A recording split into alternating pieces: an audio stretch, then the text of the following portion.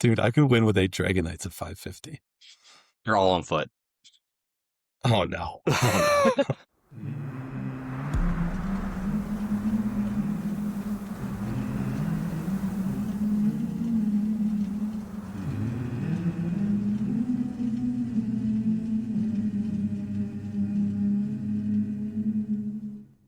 All right, welcome back to Council of the North, episode 31. I am Will tonight, Andrew, Greetings, I'm Andrew. and with us is Zach. He's back. Oh my god. With the customary cheers. Noise cancellation got that one. Yeah, it always gets it. That's crushing. Can you insert cracking sound when that happens? Yeah, you edit it and you can do that. Barely knows how to open his laptop. Tonight we're talking about a little bit about Andrew's tournament. We're going to give some quick highlights. I was there and Andrew was there, of course, because he was TOing. And then we'll Andrew talk a made little it. bit about the FAQ coming up, kind of, I don't want to wish list tonight, but kind of what we would expect to see.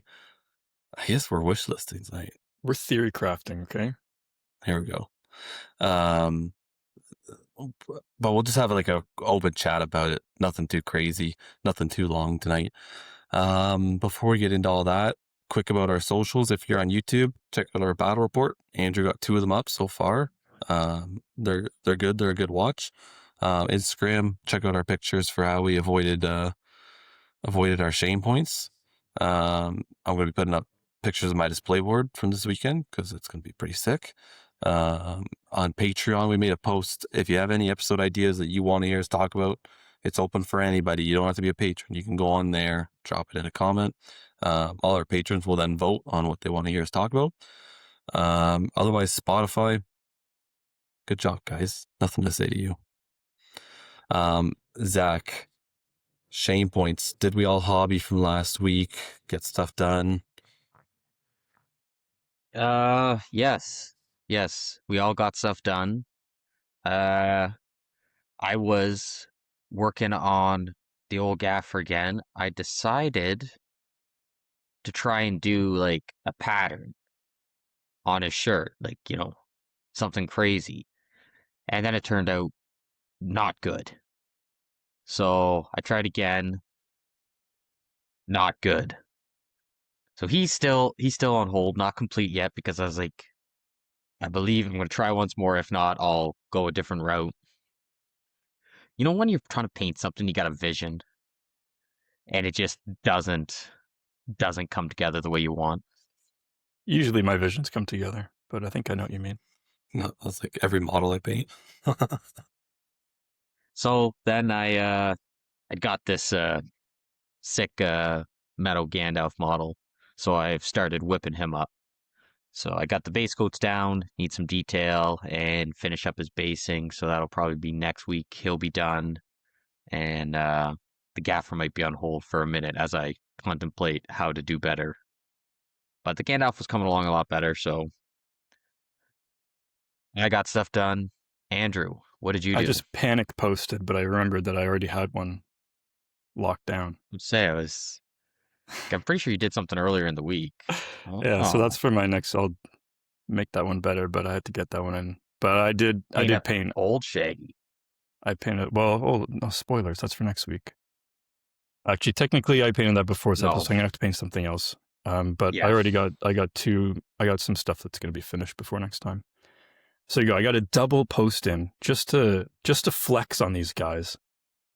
And there's even more models I painted that I didn't post. But I've painted orc trackers. If you watch our latest battle report, they're in there. I've painted 4 of those. I've 2 more that are almost done. I painted 3 Morgul stalkers in metal. And I painted up old Shaggy, whose eyeballs I think turned out quite good. They look better in person. When you look on the picture, they still look good, but in person they really pop. I'm pretty happy with how he turned out. For models, just like all blacks and grays. Yeah, it does look pretty good. The mouth turned out really good. Yeah, his mouth actually did turn out really good. Maybe a little too clean. Yeah, maybe I Shaggy does a good job brushing his teeth. Yeah, but the teeth Maybe are that's like... You need the teeth to like pop, to break up the model. Hey, maybe he's just he's got good dental hygiene. Orcs. Yeah, orcs could do that, right? Could do. They have families now. They have wives and children. Why can't they take care of their teeth? Right? I don't know, man. Okay. Let's move on. No comments. That was a Rings of Power reference for anyone that clearly missed that one. Dude, what? I don't even know what that is. There's an orc that has a wife and a child. Well, technically, I believe there is source material from Tolkien saying that orcs did have families. But to portray it is anyway. Don't get me down, which I dislike Rings of Power. What a terrible, terrible, terrible show. All those writers should be ashamed and fired. I think. Hey, Will, what did you paint, Will? I think. What did you do? Dude, I blew you guys out of the water this week, man. Yeah, you did. I built a whole display board, got it all painted up. Yeah. Dude, I'm just tired. You've been sick as well. Yeah, I've been sick, so tired and sick, but we got it done. I got it out to your event. It was really nice. I'm gonna have some, by the time this episode comes out, I'll have some pictures up of it because I got it out. I still left it on my dining table from the tournament to take pictures of it. So yeah, I'll get some pictures up. Check out the Instagram. It's something I'm really proud of. It's the second display board I've ever built. Turned out really good. Anybody thinking or has never done one or is thinking about one, just do it. It feels so good. It just feels so good showing up to an event with a display board and a painted army. I feel like the man. Yeah, it looks really good. Yeah, thanks. I'm going to be talking about it again a little later on. So okay. Well. Oh. Okay, so we all pass once again. So I guess for standings, and got to put up the chart because everybody loves trying to read the chart. Zach's sitting on 8. Will's got 6. Andrew's got So we've got called out here too. And Shane Point Kid Misher, I think I'm ready to weigh in. I was thinking about it all week. Jeremy, I believe, called out Andrew for painting Warhammer, saying that shouldn't count. 40K. I'm actually 40K. I'm actually going to disagree. The whole point of the shame chart is to paint, just to do some hobby. So I'm actually on team. If you're painting, that's all that matters. Obviously, preferably Lord of the Rings. I mean, it is an MESBG podcast, but painting's painting, and sometimes it's nice to paint up something different for variety. So I'm actually going to side with Andrew on that one. Will devastated right now. Absolutely. Will's crushed. I don't even care anymore. This whole shame. If we're counting painting base rims, we're counting painting 40K. We're counting painting. We're going to spend 2 weeks on one model and avoid 2 shame points. So yeah, let's just do that twice. Yeah. Because you're working on a model. You're trying to get it detailed up. Yeah, half-size models. Oh, let me paint a couple stripes on this guy this week. Oh, anyway. Yeah, and I did. So then I painted up something else too, buddy. So I built an entire display board, and that's going to avoid 1 shame point. Yeah. Same thing with me. When I did my display board in a week, it was 1 shame point. Yours was nothing compared to mine. What are you on about? I like... yours is good. We shouldn't get into this. I didn't want to get into this today. People don't need to see this side of us. Shame points are... This is the only side of us. But I think going forward, just painting base rims. If you're doing the base rims and doing basing on top, I think it should pass. But just painting rims. If painting a couple stripes on a Hobbit gets you past, I mean, a base rims is probably more paint when you think about it. I literally just said I started on Gandalf. I'm just saying. No, I'm saying I tried. I was working on it. Wasn't working how I liked. I even did something else. But it's all about keeping people painting. It's all about the hobby. So you're being too negative here with this. We're just being negative. You and Jeremy. I didn't even want to talk about it. You guys brought it up. positive hobby experience. I didn't even bring it Is up. what this is all about. Jeremy just wants to see the mighty fall. That's all. And he's not going to see it ever, Jeremy. You jerk. No, actually, when we're mentioning Jeremy, we should mention Ancient Enemies, a cool new podcast that he's doing. We should do. True. I listened to the first two episodes. I got to listen to the ones they did with Preston. But I like it. It's cool. It's cool that they're putting some content out. Yeah, and a lot of content. Yeah, a lot. Really quick, faster than us. Mm-hmm. It's called Ancient Enemies. 2 a week? It's like, man, I'm struggling with 1 a week. Yeah, well, you're struggling. It's called Ancient Enemies on YouTube, Spotify. Check it out. Jeremy and Ben, great guys. They had Preston on. I've listened to all of them. I've commented on all of them. Setting an example for how I want our viewers to be. Dude, now I used to never comment out there too. I never commented on anything in my life. And then since we started doing this, I'm trying to like comment on everybody's stuff. Nice. Because I know that warm, fuzzy feeling that I get when people do it. So it's like trying to be the change that I want to see, man. So like, share, comment, and subscribe on both channels now. Yeah, we're just a walking billboard. This is go support them. They're a couple of good dudes. Our shame section that should be like a quick 2-minute thing is always like an 8-minute thing. Oh, we're not done yet. Speaking of walking billboards, if you'd like to support us further, you have the opportunity to do that on Patreon. We have a Patreon. We haven't mentioned that yet today. Okay.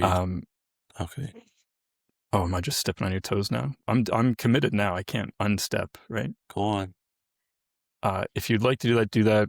If you are going to subscribe, please, if you have an Apple phone, try your best not to do it on Apple, because Apple takes a huge cut because they're greedy and have bad products. Just open up the web browser. Yeah, you can go in the web browser and you can Patreon yourself on there. Nice plug. That's it for shame points, though. And moving on to Zach's not done yet. Hold on. Shame points are done, but also the challenge. What did I call this? We got to talk about the hobby pyramid. Have it written down. No, we can't talk about. We don't have to talk about the hobby pyramid every week. No, I just want to give a shout out because Josh Heron, Chris Weens, these guys are like killing it. I think I'm missing somebody else who was like right up there. They're actually talking about it, being like, oh, they're ahead of me. That's the competitive spirit I liked. I was really happy watching this, and you guys are absolutely blowing us out of the water because I'm still on tier 2. Yeah, they were Josh and Chris were going at it on the Discord. They're competing. It's getting sweaty. Like there's so many people that are doing really good, and I'm getting messages about where people are at, and it's been good. Preston thinks he's no, it wasn't Preston. It was John Y. He was stalled out at the tier 4 as well. He's worried about the converter model. He doesn't want to chop stuff up, and I don't blame him. I was like, yeah, I don't blame him for that one. But I just want to give a shout out to those guys and everybody else who is participating. Keep it up. It is fun to see. So thank you for partaking, because clearly these two guys aren't. I'm doing a terrible job too. So, dude, I went to an event and I had to TO it. I couldn't even play. Okay. I haven't even painted a model yet. I painted an entire display board, but not a model. Yeah, that's in tier 5, man. You're going backwards. So you got to build another display board. Upside down. I need a Rivendell display board. We'll get there.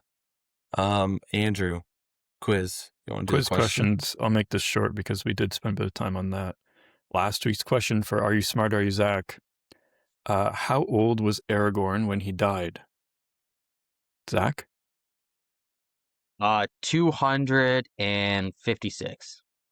Okay, Will? I saw a bunch of answers. I didn't know it. I know it now, though. You didn't know it. Okay. The answer, of course, is 210. Old, but not quite as old as the Numerian kings of old, but old enough that it was still proof that his lineage has been renewed in Aragorn II. People who got that right: John Young, Mike Underhill. Congratulations. Next up, this question is, I don't know. I would say it's safely and hard and difficult, challenging, whatever you like. It'd be nice if we did easy ones for engagement, but go on. Nah, we gotta throw them in the deep end. Here's a question for this week. Name the 2 trees of Valinor. And I asked where were they, but they're in Valinor. So just name the 2 trees. I think I could dig that up. It's in there. It's in my head somewhere. It's a weird phrase you used to. Sounds like a cheating phrase. Oh my God. Gonna dig that up on the World Wide Web. This is good. All right, that's the questions for this week's Are You Smart, Are You Zach? Cool. Let's get right into it. Andrew, you want to talk to us about your tournament a little bit and kind of a couple highlights that you had? Yeah. I've been looking forward to this for a long time. So thank you everyone for coming out. This was the OSPGL's first premier hobby event. So it means it's an 80-point tournament, or lowest level, but it was worth, and our crafting points are scored the same way. It was worth 100 crafting points. So the equivalent of a 100-point tournament, but for hobbying, to get all those crafts people their points. It was also an escalation event. So you played 2 games of 50 points, 2 games at 150 points, and 2 games at 300 points. There's no named heroes. And then there was a side quest that we'll get into later. Will, how did you feel about playing an escalation event? How'd you like that? It was cool. It was a lot of fun, to be honest, to be able to take lists and change throughout the day, especially because like the list that I brought at 50 points was not that fun, but at 300 points was a lot of fun. So nice. it was fun to kind of go in and change it up, and yeah, it'd be cool to see more of those in the future. But I'm thinking about doing another one at bigger points, like with like 150 being the smallest. Excellent. I'm glad to hear that. I've seen some escalation events on the GBHL. I like looked through their entire calendar one night and just like looked at all the wacky stuff they do over there. And not shamelessly, I stole the idea. I'm not ashamed of it. Worked out good. It was my own unique spin on it. There was also a side quest nobody read. No one read the event pack. I did. I read it, but a few people read the event pack. Mostly no one read the event pack. Yeah. And there was this cool side quest where you could like build up your force and you'd get like little special rules. Because there's no named heroes, I thought I would give, some special rules to your general or whoever to sort of make him feel like he's got some unique rules. No one read that. No one did that. The people who did read and do that largely did well. I won't go into it because it's just whatever. It's done now. I think moving forward, I'm going to make anything I add more simple. Unless the whole event is like based around it. There's no TPs for winning, it's just TPs for side mission kind of thing. Then maybe I would go in depth again, or I would. What else? We had 17 people come out to Neverboard Game Lounge in Hamilton. It's a board game cafe. It has food, it had beer. We were all having some pints while we were playing, which was really, really nice. Zach's just crushed right now. Absolutely gutted. He couldn't make it. That's freezing.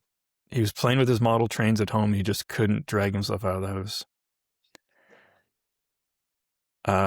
Yeah, and I think from what I've heard, everyone had a good time. Everyone liked the small points, playing like stuff we don't normally play.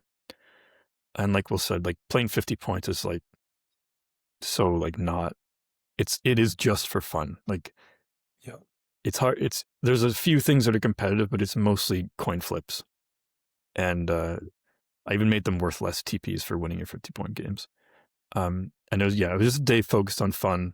And like everyone was sitting down when we were playing. There was very few people like stand up and get into it. I will say, during I think it was the first 50-point game, The two most chill, casual players I know, Chris Weens and Scott Cameron, were playing the sweatiest, most intense 50-point game ever. They actually put us behind schedule for the rest of the day. Not calling you guys out. The game was intense. I saw what was going on. Basically, they had to stand on an objective, and neither of them wanted to walk off it because then you would lose. And there was a dwarf ranger shooting at an Uruk-hai berserker, and I think the berserker even like got wounded and then made his save on a 6. And it was just like, I just went up, I was like, what's going on? They're like, I guess it just comes down to courage checks. And I think the dwarf warrior ran away, and that's how, and we just fast played it out. But yeah, they were going like basically double the length of everyone else's game just because came down to it. So shout out to you guys for throwing off the whole tournament day. Thank you for that. Just kidding. It was good. 50 points sounds actually pretty good. Yeah, like 50-point games are fun because of the story they create. It's not like you're not necessarily thinking a lot, but it's just like fun, silly stuff that happens that otherwise would never happen. People were all out to display boards. I'm a moron and didn't take any pictures because when I went to take pictures, everyone was playing with their models. And then at the end of the day, we were kind of pushed for time, so we didn't get another proper setup. So I apologize for that. You just had to be there, you know? You got to come out to these Premier Hobby events if you want to see these cool boards, other than on our Instagram, where Will will show you his. Yeah, I'll put mine up. I think that's everything I wanted to say. People don't read event packs. That's my main lesson that I learned. And there is a pretty serious niche for fun 80-point events that are casual. People are looking to come and hang out with the OSPGO like members and just like play some fun games that don't matter at the end of the day. And people still willing to travel for it too. Like, yeah, we had, I know John Park didn't make it, but he was coming from Windsor. We had Chris come from Kingston. So like, yeah, we got people traveling 3 hours. I mean, Mac and I came down at like 2.5 hours. It's worth the trip. It was a really fun day. I kind of forced you guys to come, but yeah, man, I was worried. I was like real sick, and then I realized we're bringing like six boards of terrain down for you, which we didn't end up needing all of them, but still, it was like, if we don't show up, how many people can't play their games?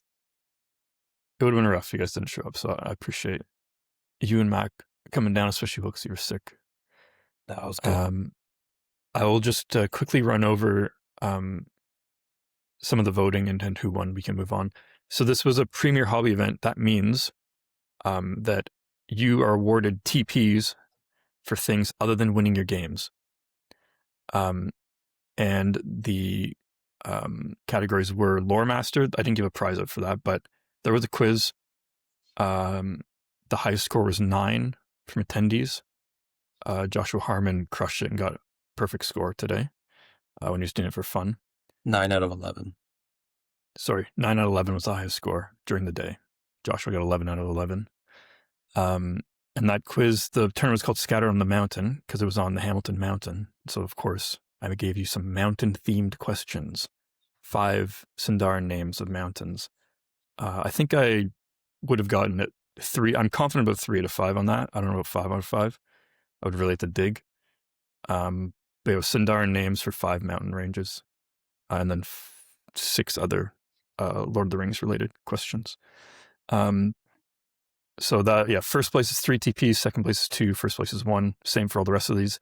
We had best painted army, best display board, best conversion, and then favorite army. All of those were giving out TPs. For best painted army, we had Robert Anderson coming in first, followed by Mike Schulk and Chris Weens. Best display board, none other than Will Schaff. Second place, Robert Anderson. Third place, Mac Deschamps. Best conversion, Mike Schulk, Don Barnett, and then Paul Chartland. And favorite army, we had again Will Schaff, then Ben Gallagher, Chris Weens. So congratulations What's to everyone. Best army? Your interpretation. I think it's however you define it. The best army, whatever you I think think it was is called the best army. I think it was called Favorite Army. Yeah, on favorite army. TTA. Yeah. Yeah. So, not Corsairs. People don't see Corsairs. They're like, hell yeah. I think so. And a big old boat helps. Big boat helps, yeah. A boat helps. And yeah. Tons of people got like some votes, like at least one. People voted for me. I'll probably remove those votes because I didn't display anything. What? I don't know. I just like get votes all the time, even when I put no vote signs or don't display anything. So those are getting removed. Be humble. This guy, the guy who just won 2 categories. That's it. That's my rant about my tournament. Come out to events, okay? That's all I gotta say. Yep. Yeah, I'm trying, man. I was in Hamilton, just not with you. I'll quickly mention kind of a couple highlights from playing the game's perspective, but I brought Corsairs, which was fun. 50 points, not so much when you're running around with a couple D3 bottles, but it was a lot of fun, like getting to 300 points and playing with like 23 models, 8 crossbows, 7 thrown weapons. Like it got a little nasty, so it's kind of fun. I did manage to get three wins. I went 3 wins, 2 losses, and a draw. So I didn't even know what to expect with Corsairs, but I lost like 2 out of my first 3 games, and I was like, oh boy. But to get 3 wins was really nice. My favorite game of the day, I finally got to play our teammate in League, Jacob Wixon. I apologize to Jacob because I had a rough day ahead of playing him, and everything just boiled over, and I ended up tabling him. It was not fun for him, I bet. So I apologize, Jacob. It was, but still a crazy fun game. It was really fun to play. Yeah, sounds really fun for me. For you. No, and then to win a couple hobby categories. Like I said, I worked on that display board all week. Even Jess, I should shout out Jess because my wife, because she helped paint. Like I think she did the docks and all the crates and barrels and stuff, and even helped paint the building that was on the display board. So she got me to the finish line because I wasn't gonna make it on my own. But yeah, like anybody thinking about doing display boards, like I highly recommend it. It makes you feel like a kid again, man. Like getting to paint big things, craft. Like I got to do like a resin pour, like water effect and stuff. And I'd never done it before. Just make it up as you go. Like it's super fun.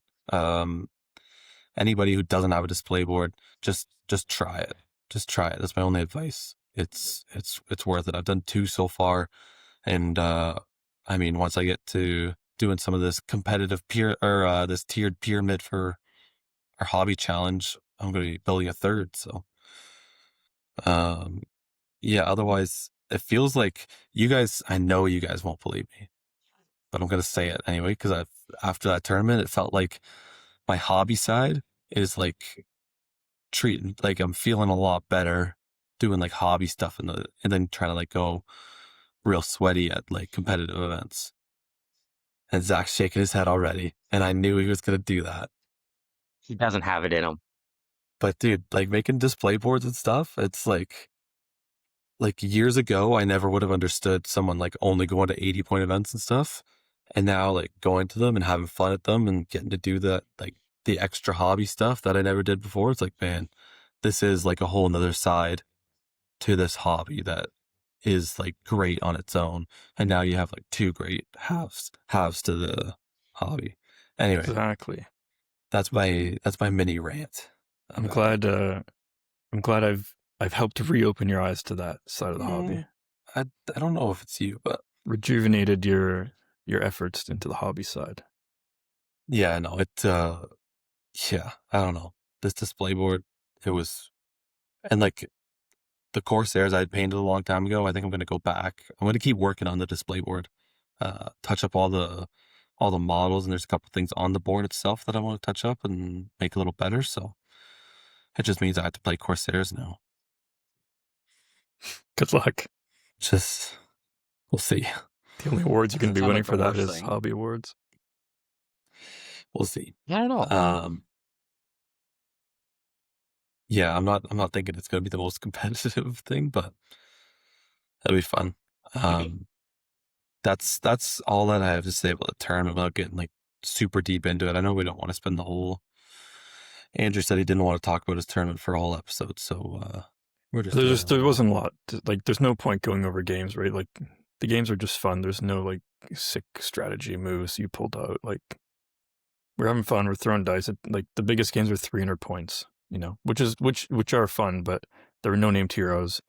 Your list building was kind of hampered because you had to bring stuff. You had to build a 50-point list and bring all of that into your 150 and into your 300. So it wasn't like a optimized list, which is the point. Yeah, but one thing I will say about Corsairs that I learned this weekend, I think, is that taking Dalamir and Delgamar is just a trap. Like the list starts to work as soon as you have like model advantage, because like at 300 points when I have a captain and a bosun, the captain goes up to the 3 attacks, 3 wounds. He's fearless and gets sharpshooter, and then so that's only a 50-point captain as my leader. And so like being able to spam, I think at 300 points, I had like 8 crossbows, 7 throwing weapons, 8 spears. Like there was just a lot going on.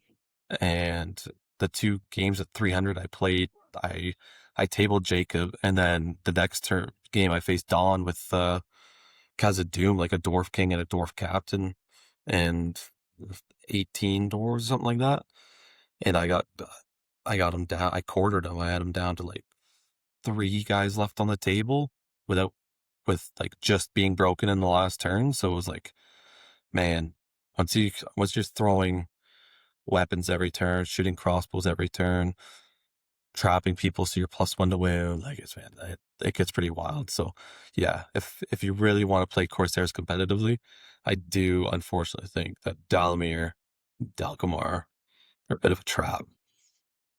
But that's the So does that only mean it's the only thing I really learned from this tournament. so does that mean the list that you'd play the list where they get the Arbalester then? Or not the Arbalester, the whatever their new siege weapon is, the Ballista? Or would Yeah, that not fall into it? You would I'd play play that list and then not even take the ballista. You're literally just no taking Ballista. captains, bosuns as your heroes, and a third of your models are arbalesters, a third are spears, and a third are throwing weapons. Like, just spam out as many ranged shots as you can get. Interesting. It's interesting to see what armies work at lower points and which ones don't. Yeah, we saw a lot of dwarves at the event, which is like fair. D7, D8 is like going to be crazy for anyone to get through at that level. So yeah. Also, another hero that worked really well at low points value is the Dragon Knight, who we, 2/3 of us think is a terrible model on this podcast. But at 300 points and lower, the Dragon Knight is actually one of the best heroes, I think. I'd Unnamed say heroes. at a tournament where you're playing unnamed heroes, it would fall into that category. Because what unnamed heroes out there fight 6 with 3 attacks, can be mounted, General Hunter, like it hits everything you need With Heroic Challenge as a minor hero. He with can Heroic challenge Challenge. everyone. It was actually crazy. My buddy brought a Dragon Knight mounted, and he just Should have brought 2. Okay, you didn't read my event pack clearly. He would walk up and Heroic challenge something and be like, "I have 5 dice to wound," and when you get knocked over, 4 dice to win the fight with a reroll for 5 dice, and then you get knocked over 8 dice, strength 4. You're just killing whatever you want. And then you spend a point of might for the Heroic challenge. You spend a point of might to whatever, either to boost you up to a 6 or to wound. You're out of might. You get a point of might back for General Hunter, and you get a point of might back for winning the Heroic challenge. It's crazy. It's very crazy. No, wait, you get plus, it is 5 dice. Because you get 3 dice, 4 for charging, You 5. get the extra dice for the challenge. And then the 6 dice technically on a reroll. And then 10 dice to wound. Insane. With +1 to wound. It's crazy. It's nice. At 300 points, it's nice. Anything else, it's garbage. Yeah. Just 300 trust points the with process, man. no named heroes. Yeah, with no one that can really outfight it. Yeah. Yeah. Guys just don't believe. Yeah, you're right. Scattered on the Mountain. It was fun. Hopefully you do it again next year. I'm looking forward to it.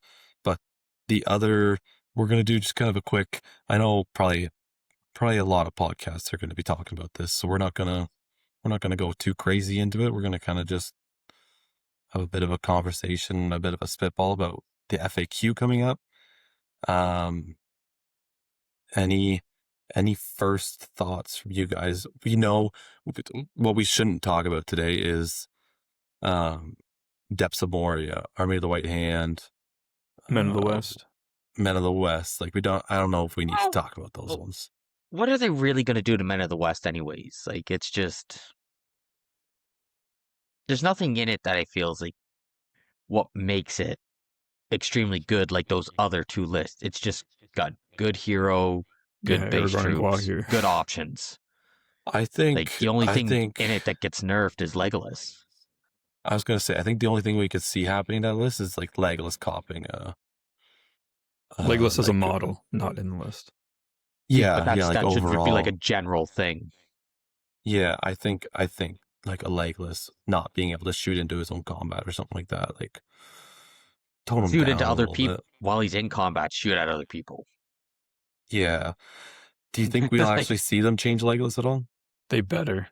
They have to. He's so obnoxious. He's just an auto include, and if something's an auto include, you have to adjust it. But he was good last edition, and they were like, let's make him better. Like, that makes, for the same points cost. That didn't make sense to me. And then you got Gimli, poor Gimli, who's the same, and just so much worse in the grand scheme of things. Like he's, as a character, a profile, he's not bad, but the lists he's in, it's so much harder to just plug him in and be like, this is going to work. Legolas, you plug 100%. It in, you're like, hell yeah. This is like instant money in the bank. Okay. Weird analogy. Yeah, I agree. I don't think anything's going to happen in Men of the West. It's still going to be a really good, like, I hope they don't change that much, right? Because if they go into Men of the West and blow up a rule or something like that, then all of a sudden it's not going to be, not that it won't be playable, but like it's not going to be, you don't need to go into any of these lists and totally rewrite them. No, just one thing to tone them down. Depths is the only one I could see getting kind of a bit of a heavier touch than the rest, but yeah, I think I think even for Depths though, something like having to fit the drum and the drummers in a warband, even just rules. Yeah, just start with that. Just try that. You have to bring the drum, and then you got to protect the drum. And now you're not just all out. How are they selling a model that you would never put in because everything it brings, your list already gets? Well, you can use it in Moria. Yeah, but no one's playing Moria. Yeah, but why play Moria when you could play the Balrog? I played Moria for Cave Drake. Oh, yeah. Yeah, I think for that, just try forcing you to have to bring the model. Like, you have to fit it into a warband. And see how that goes. And then when the drum's gone, right, you lose the bonus. And now, because with Depths right now, you just march everything forward and you just point and click. But if you have a drum, it can't drum when it moves. So you have to keep something back. Yeah. I said we weren't going to talk about Depths. Yeah, we were. I was just going to say, we're not going to talk about this, but you're not. Small changes is the point. Fine. Small changes, one step at a time. You can always change it further. Yeah, the one thing, like I think back to other years, and we never really see them do a lot of like we never see them do points adjustments. First of all, I think there was one time they did it to the Dragon Emperor. They made him cost more than last edition, I think. Yeah, but we never really see points changes. So I don't expect to see any this time around. But some of the underperforming lists would be cool to see get picked up with like, but then it's kind of running on the same thing. Like, how do you like, do you guys think there's a possibility of like um a Goblin Town? Like, I went to Tabletop Admiral and kind of looked at. I switched it to a minimum 100 games played, and the bottom list is Goblin Town with a 28% win rate. It's like, Oh, do they go to Goblin Town and do anything to it, or is it just going to get left there? Do you think? No, I think they're only going to touch top lists. I don't think they're going to. Yeah. I'm being realistic, not what I want to happen. They're only going to touch top lists. They're going to tone down the best stuff and leave the rest. Is what I would bet on if I was betting. Yeah. Because then if you do that, right, they do it with 40k, and I guess Sigmar. I don't know. Does anyone play Age of Sigmar? They do it with that, but I don't see them doing it with Middle Earth. I think they're going to they're going to do something to depths. Well, I was usually not what a 99% chance they do something to depths. If not, if they don't do something to the best list, I hope the GBHL will put out sort of an FAQ, something that like top players can agree on, and maybe we just play with that until GW decides to care enough. Nah.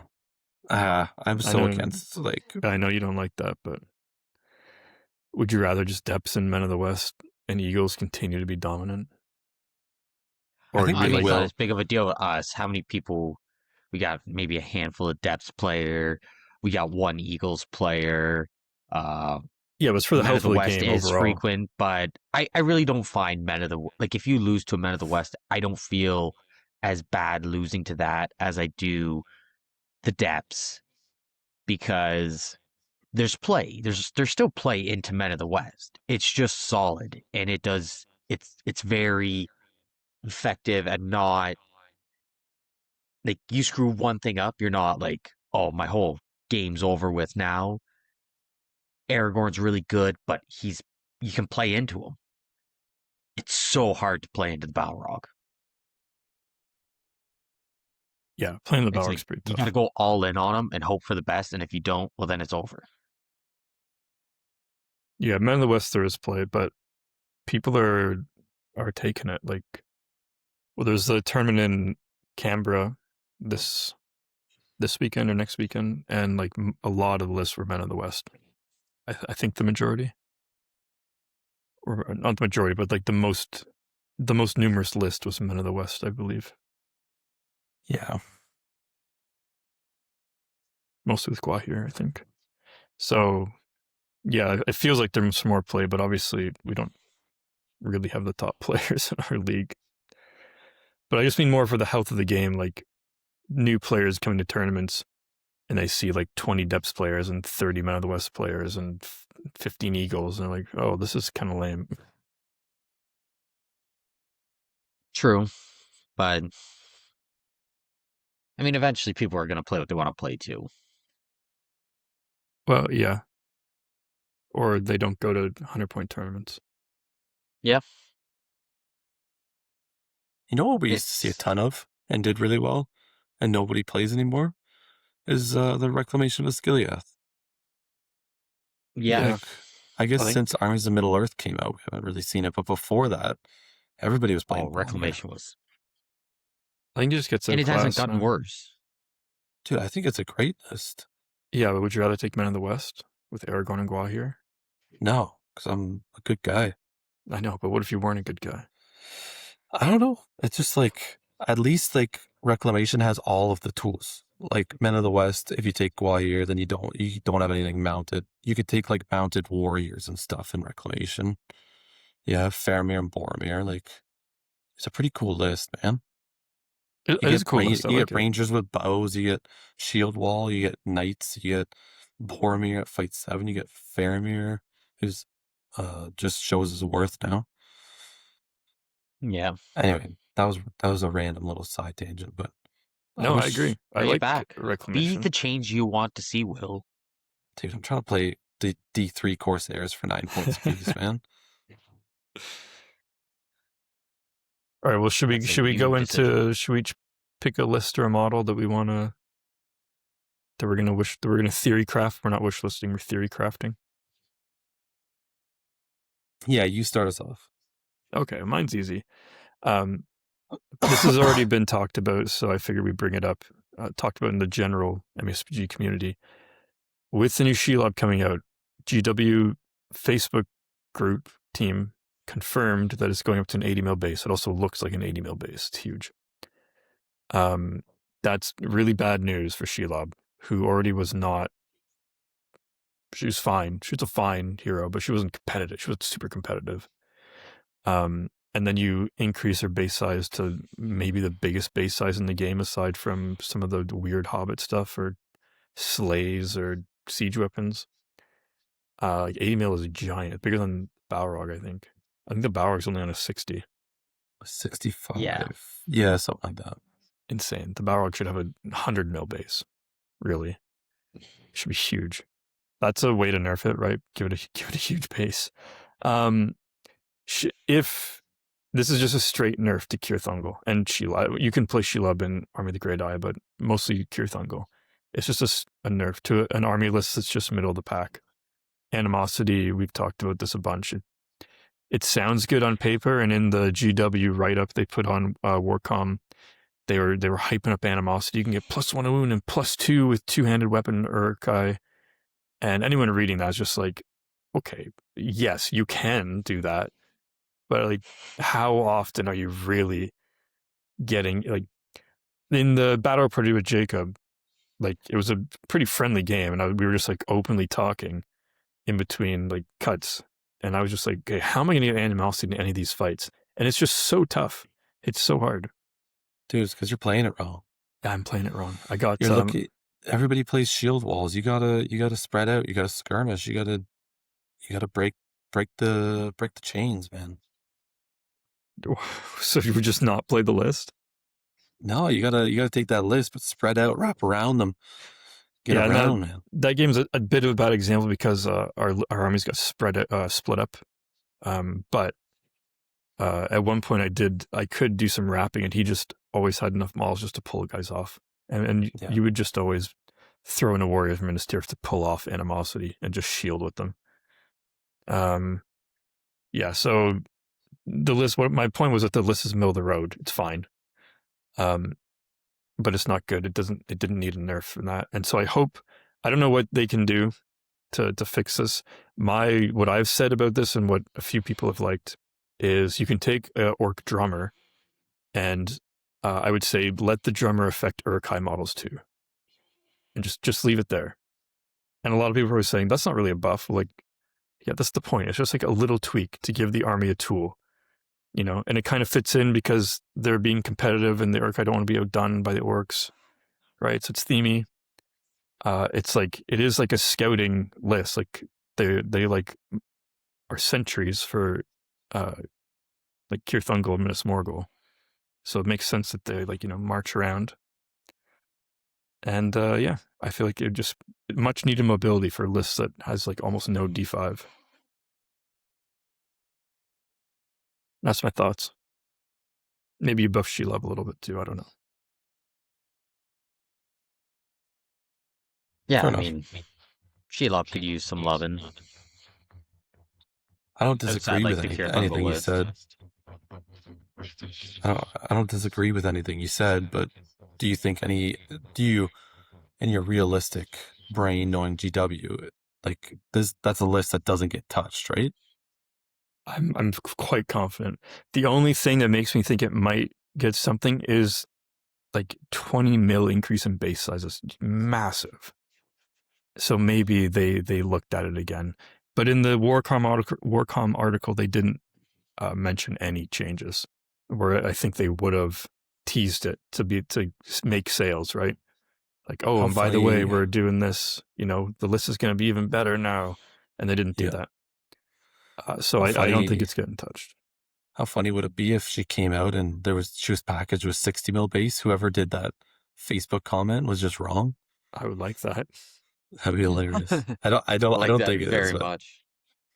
That'd be wild. Yeah. Yeah. I don't think it gets touched. I think it just is worse, and it's just a worse list for it, which is too bad because it's a really neat list with two cool heroes, Shaggy and the Bag. in Shelob. Shaggy And in the Mortal Bay. Urkai, you never see Mortal Urkai because they're kind of not that good, but they lost their shields. So yeah, that's my list. I hope it gets some love. I'm pretty sure it won't. I pre-ordered Shelob anyway, and I'll be playing with new Shelob. It's an awesome model. It's really cool. Yeah, just for I'll go next. I went a little different. I got two models that I'd like to see. I got one that I want to see a bunch of FAQs about, and the other one that I want to see an errata about. And I think both are possible, but unlikely. And the first one is the FAQ. I just want a ton of questions answered about the Golden King, how he interacts with like brutal power attacks and stuff, like that whole just basically, if he spends a will point, can you barge him? If he spends a will point, can you rend him? Because it's not people argue that it's not strikes. It's not, you know what I mean? So if we could get FAQs about all that, that would be really nice. I don't think it's going to happen because he's a legacy model. They said, yeah, anything legacy they've released, they're not going to touch again. It is what it is. I think getting that would be a far, far stretch. And so that becomes a bit of an issue going forward, which would suck. And then the only other profile I would love to see an errata on, obviously there's legless and stuff that we talk about, we kind of already know, but just put a barrel weight back to a 4+ cast value. Yeah. Get paralyzed out of here. I'm tired of seeing all this 3+ paralyze running around. 5+ paralyze. They got so much will. Make them use it. We gotta, being paralyzed on the 3+. I think I've only played into it once. I played Kyle Vandegraff with it at the season finale, and it was fine. It was whatever. It's so annoying to have all three of my heroes on the ground by the end of the game. But it's 3+ to get can we call it the best spell in the game? Or the most the most hard hitting spell? To have your hero just on the ground automatically losing fights and needing to roll a 6 to stand back up. It's just brutal. Yeah. One way, I forget who mentioned this to me, it might have been Kyle, said leave everything as is and just change the recovery mechanic to you roll a dice on a 6, you get back up, but you get +1 for each model in base contact with the paralyzed model. Yeah. Even then, I'd still argue for a 4+ cast. It's still good. Think about how many heroes are running around with just 2 will points, and the other guys bring in three barrel weights. Yeah, and then you just lose your horse. If you don't resist it, your horse is just gone. And for 50 points, you're also giving all the orcs in front of you terror. Yeah, terror. And it's there's such a tech piece for it's wild when you think about it. Such an easy tech piece to fit into your list. You don't have to work to get it in there. It's oh yeah, I can easily fit them in. 50 points, no problem. Oh, it's another 50 points. Get a second one just to, double down on it. It's crazy how much will they have, the easy cast value for the spell. It's just, and it's not there's just very little play into it. It's you get a bad dice roll and your 180 point characters now dismounted on the ground, paralyzed, life sucks. 185 point. Oh, okay. Yeah. Or thank you for that. Your 350 point monster is on the ground in front of an Aldrak. I should have thrown more will at that. That's my fault. Still felt bad. Yes, I know they don't bring might points or anything like that, but for 50 points, the amount of stuff that it does for you is pretty wild. They don't bring might points, but for 50 points, they don't let you spend any might either. Yeah. Is that net positive? Is that the word right? It's insane is what the word is. If they don't change it, I'm going to be spamming bear whites. I got a list cooked up. I talked to Will about. You're the worst. It's a good list. Yeah, I think it's a really good list. It's just, I just can't wait to show up and be like, oh, big heroes. I don't care. You're not going to play the game. But then when you play a list that doesn't have like when you're playing Will's Corsair list with or no Oblique Scouts, big heroes, you're like, oh, Yeah, well, it's just an auto lose. I think I'd still do I it. guess that's the whole thing. Like it's you get certain matchups, right? they aren't really good, but it's like this game. It's all you want to play the big heroes. You want to play the guys that are gonna go in there, kill 3 model, like heroic combat. 3 3 guys, charge into another 2, kill them. You're like, I killed 5 models with 1 guy this turn. And they're like, nah, you're just not going to do anything. That's it. Just like the worst. But even still, like a Barrow White, like even if they come up against a Corsair list or an Ugluk Scout list, they're still making them.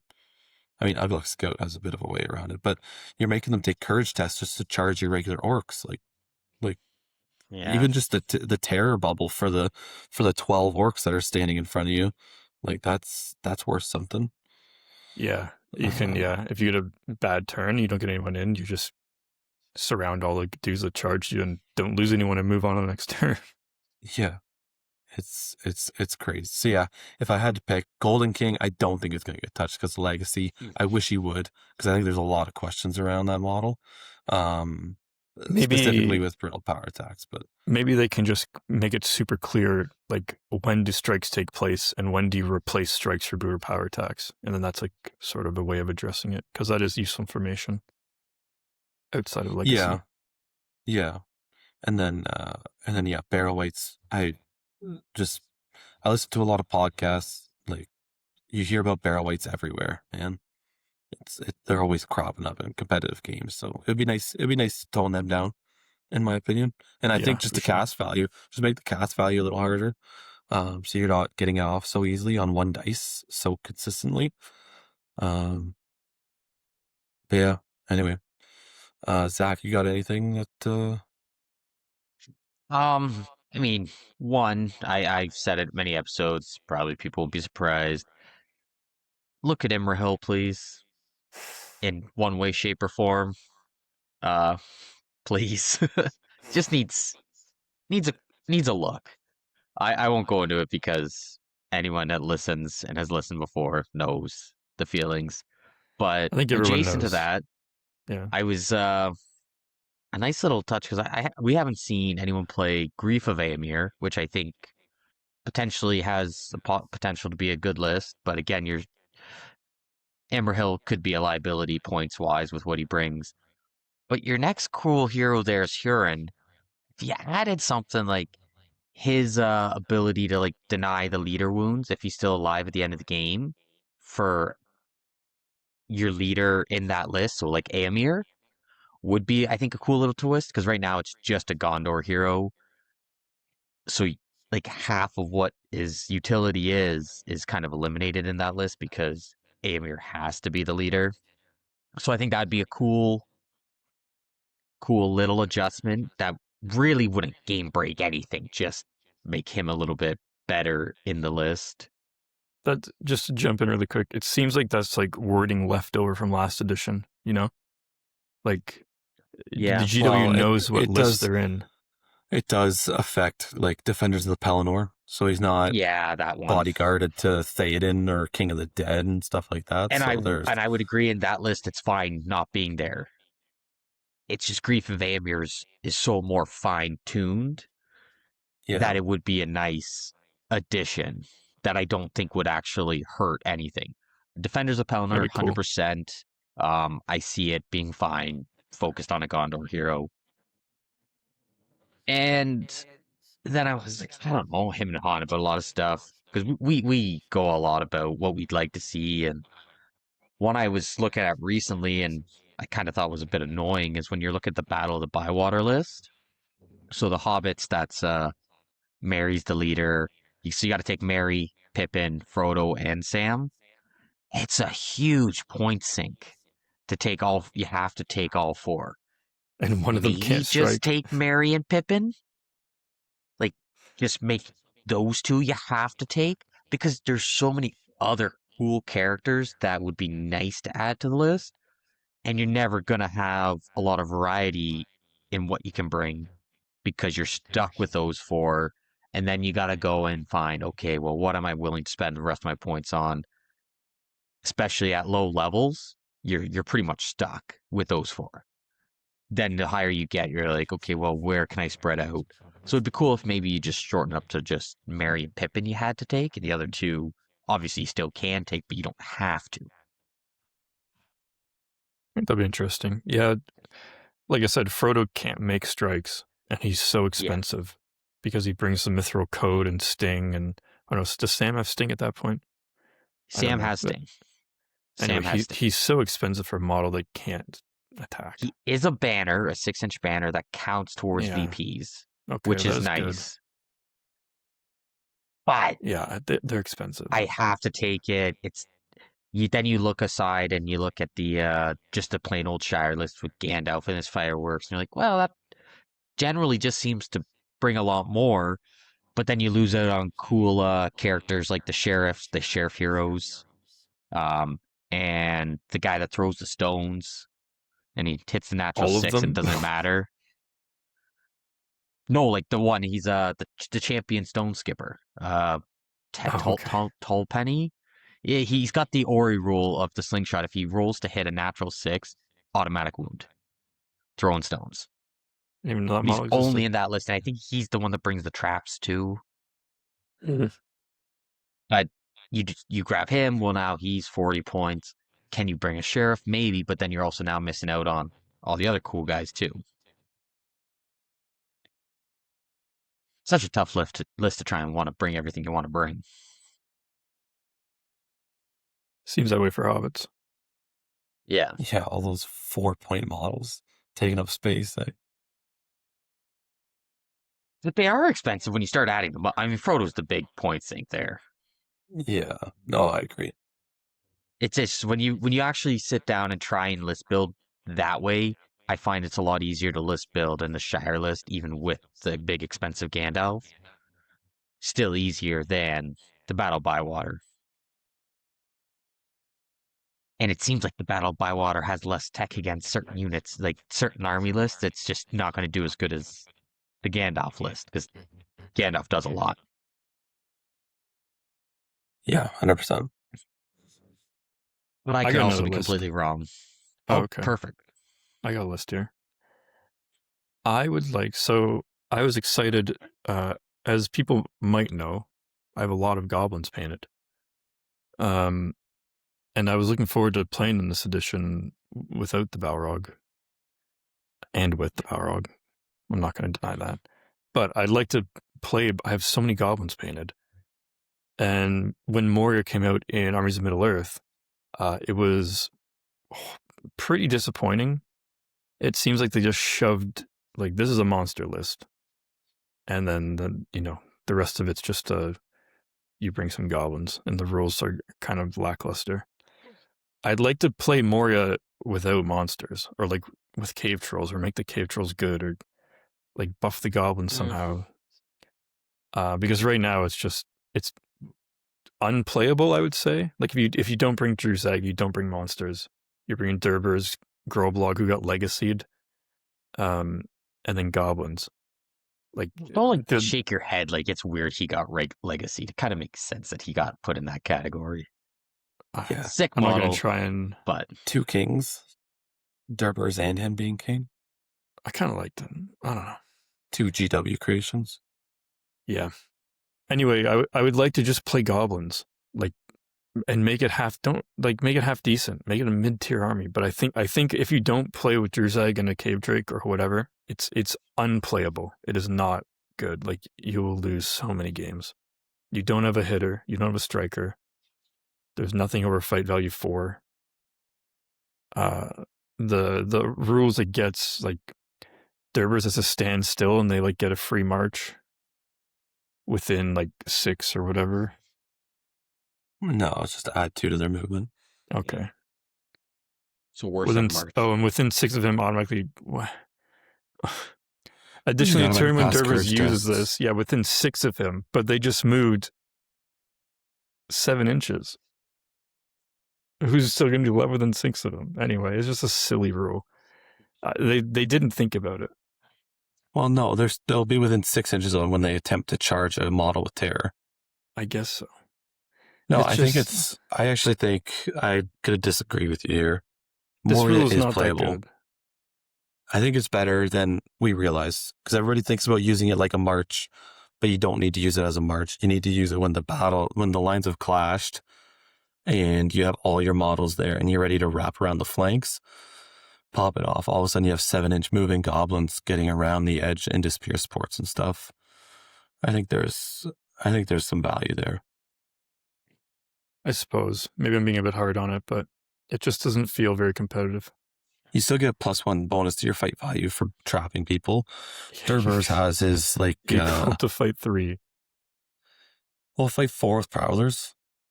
Yeah. And you're getting +1 to wound. And then you can Durbur's is one where you can gives you +1 to wound on all your goblins, but could kill them if they don't kill. So there's a bit of risk there. But and your model count is still extremely high. You hoard out. I'll have to maybe I'll bring it. Maybe I'll build out a list and bring it one day to see how it goes. But yeah, I don't know. I feel like without a Cave Drake, and like obviously the best way to play this is Cave Drake and Drusag pumping it up to be crazy. But I don't want to play with monsters that are GW creations, really. Even the dragons, I don't really like playing with them. The Cave Drake is cool, Dragon's cool, but like I just want to play goblins, you know? What about the Dweller in the Deep? But what even is that model? It's like a mini Balrog. Yeah, I know what it is. But he like takes his wounds back. You wound him, he can like heal up if he eats you or something, I think. I think it's actually not in this list. Yeah, it is. Cave Drake. Oh, is it a troop? It is a troop. Yeah. It's in the list. Oh, 80 points. Yeah. I fight 7, 3 attacks. Maybe it's not so bad, but it's got a low defense. It's like defense 5, I think. Oh yeah, D5. Whoops. But it can, like I said, I think if it wounds you, it takes a wound back, or yeah, it can regain wounds. I'm with D5 more worried about getting one shot when it loses. But you just don't put it in something that's going to one shot it. You're dying to shooting. Yeah. Anyway, maybe I'll play this. Maybe Warg Marauders. Are Warg Marauders Legacy? Yes, they are. So they're not getting touched. It would be nice to have some decent Warg Marauders. So weird because Warg Marauders were actually filmed in the deleted scenes, but I guess they don't fall under. I don't know. It'd be nice to have Warg Marauders be kind of good again. Not as good as they once were, but not. Who knows? Anyway, maybe I'll bring it. Who knows? Maybe I'll bring it one day. I'll build it out. I got like 6 Warg Marauders. I'm curious to see what the general FAQ is going to be. What's actually going to get dropped. How it's going to do with the overall shift in the meta. It'll be interesting. You want to hear my prediction? Okay. Nothing we talked about today is going to get changed. No, I agree. Not even close. No, I don't expect it's going to be the nerfing stuff. Honest, but it's going to be depths is going to get looked at. Army of the White Hand's going to get looked at. Maybe Man of the West, but I don't know. I don't think you touch it. If you touch it, then things probably get too funky there. Legolas should get looked at. Or is it probably not? Yeah, but even like, it's an FAQ, so it's just frequently asked questions is half of it. Then the errata is just rewriting rules. So like, it's not like they're going to go in and rework depths or rework something. They'll go in and they'll pick one of the army bonuses and rewrite it so it's not as good. You know what I mean? Like, yeah. Let's have realistic expectations for a second here, and I don't know. I'm actually just gonna look forward to getting some clarification on these rules that have been disputed in different channels. I'm so done arguing. I'm so done debating. I hate it. Just have cut dry. Rules. Like let's make it up. Why make everything so vague? Well, why they're trying leave not to room be for vague, interpretation? Yeah, I don't clarify your really intent rules, with the rules. I don't get into all those rules argument threads, so I leave that for Andrew. Our Yeah, champion. I think we've said enough. I mean, it's a bit of a shorter episode today, but the FAQ's coming. We feel like we know what to expect. There's a couple things that we're not wish listing, we're theory crafting apparently. Theory And crafting. yeah, we'll see what happens, but double breathe fire's got to go. It's not gonna go. It's got to go, dude. Oh, we double breathe fire, yeah. No one wants to play against that. No one wants to play against breathe fire in general. Like one breathe fire is too much. It hasn't dominated the game enough where they have to get rid of it. No, but it sucks to play against. No one wants to play player experience. It sucks to play against Smog too. That does. Get rid of the model. You just ban Smog. Just ban it. It sucks. No Smog. I don't even know if people playing it have fun playing it. I could imagine I would. Well, they probably do, but they don't like Middle Earth or Wargaming. Okay. You know? Makes no sense. If you show up with one or two models to a tournament, you don't actually like war games. You just like a MOBA or something. Like you just like your one hero character. That's not what a war game is. Like you don't like what we're doing. You just like your own weird thing. Which is fine. Go like that somewhere else. Jeez. Well, that may be a little bit much, but nah. I would like to see, we're just back on the topic now. I'd like to see Sauron get something small. Yeah. I don't think he doesn't need anything. He's Sauron. You say and that until you face him, and then you're like, ooh, Gil-galad. He already dominates, man. Sauron, one model to turn into Sauron. What's he going to do? Give him Barge. No, don't give him Barge. Or Hurl or... He can. He's a monster. He can Barge, he can Hurl, he can... He's a monster? He has his own brutal power attack. His own unique one. Yeah, to deal damage against all the one model he's ever going to be fighting. Man, you're so depressing, man. Sauron needs a little bit of love, I think. Nah, Gil-galad needs his shield back. Anything else? I think Host of Dragon Emperor is busted, but we just don't see it. I think it'll be a top tier list and people start playing it again. No. I don't know if you get the model count. Dude, I think that's like the Dragon Emperor's. The Dragon Emperor's profile is like a paragraph long. It's like a whole page. The Dragon Emperor itself is really good. I think the list itself is tougher to build the model count you need. I think it's pretty good I think there's a few people, at least in our league, that I know for sure are building it. So I'll be curious to see how that proceeds. Man, I feel so bad for Amder. Man, you know what? I'm an Amder guy, so I wish I'd see like an Amder Easterlings army, but the army bonuses just are so bad for me. Yeah, you gotta be losing, and then you gotta wait till you're broken for any army bonus to come into effect. Yeah, you're broken or they're broken. Yeah, you're either losing or it's like the last turn of the game, and they just break you at the end. They turn like, all right, well now I'm gonna destroy you even harder. Yeah, you either already lost the game or you already won it. Yeah, and then you're just going harder. I feel like some of this stuff maybe not rushed, but yeah. The thing is that Amber's already give them so 50% bows back. No, stop. Bring back the Easterling bows. If they didn't legacy the Betrayer, I'd say it, but they're getting rid of the Betrayer next edition. Betrayer doesn't fit into this. Yeah. Okay. Well, then never mind. I thought why do you want 50% bows then? The point of the 50% bows was to run it with the Betrayer and get the reroll all wounds. No, that's Harad. That's Harad.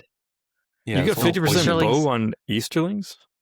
Last edition, the Easterling list, or 2 editions ago, there was an edition or 2 where Easterlings had 50% bows because the packaging always came with like 10 bows, 10 sword and shield, and then like 4 spear and shield. All you wanted was the spear and shield. So you end up compiling this large amount of bows, and they're like, well, what do we do with this? Well, we'll just give them 50% bow limits because That's dumb. that's how you have to build this list with what your option is. No, that's So, dumb. And they're not even good. It's like 4+ strength 2 bow. Like, who cares? Well, the problem is 4+ strength 2 bow is good. The problem is on that model, it's bad because you're paying for an extra point or 2 of armor and courage. I mean, I guess for if you're going to get shot at too, it's, I don't know. It's not great. It's not great. It's more of a joke, but maybe 50% bows is the way to go. No, that's dumb. It's not even themey. Someone out there should do it. Your Easterling takes are the worst. You say Dragon Knight's good and 50% bows? That's weird, dude. Yeah, I like the War Drake too. I think it's got play. I think it has play too. But also, Amder Ride or Die. No Dragon Emperor for me. Amder's a good hero. Finally. Only took That's a few hero editions. I hope doesn't get touched in any way, up or down. Just leave it. He's fine. He's costed very well for what he is, and he does good for what he does. Oh, he's finally sorry, Zach. Where he should be. I agree. He finally is where he should be. He is. He's a very good duelist. Arathorn Stand needs some love. It's not going to get love. No, it won't. No. But we're theory crafting, okay? We're theory crafting. They need armor for free. Have we not already theory crafted this before? We've talked about this way too much. Nobody cares about Arathorn Stand. We're just regurgitating It's such a fun list. It's such a fun list. And it's just unplayable. All we talk about for you is Army of Edoras needs to be better, Cirith Ungol needs to be better, and Arathorn Stand needs to be better. And I didn't bring up Army of Edoras one time tonight. Maybe you just need to be better. Lock in for that one, buddy. Boom. I didn't bring up Army of Edoras for one time because I think it's fine. There's no reason to talk about it for an FAQ. Clip it. He said it. Clip it. What do you know? What is that a reference to, Zach? Where do you clip stuff? I don't know. You put on the Instagrams. It's on Twitch. You clip stuff on Twitch. You put it on your Instagram for people to watch. Those are called reels. Whatever. Anyway, I think, what I'm saying. We're just spinning tires here now. Dude, no, we're just open air theory crafting right now. Maybe guys like to listen to 3 nutcases just ramble on about that's right. We're like senile old men basically at this point. I'm just trying to wrap up this episode, man. No, come on, we can do one more each. We can do one more each. Oh, we can squeeze this. Just gotta reach in my bag of goodies here and come up with a list. No, it can not be a list. It could be a profile or something. I got nothing, honestly. I'm quite happy with the current state of the game. Minus Legolas, Buff Everhill. Something. Thorn's Company. Thorn's Company is terrible. It should suck. Yeah. Why would it be good? It's not be good. Just to be okay. It should be right where it is. If you want to be good, Thorn's Company, play whatever Defenders of the Erebor or whatever that list is, where you play them all jacked up. Play that list. Thorn's Company is exactly where it should be. It's trash, not competitive. It's only for thematic play. I want hero armies.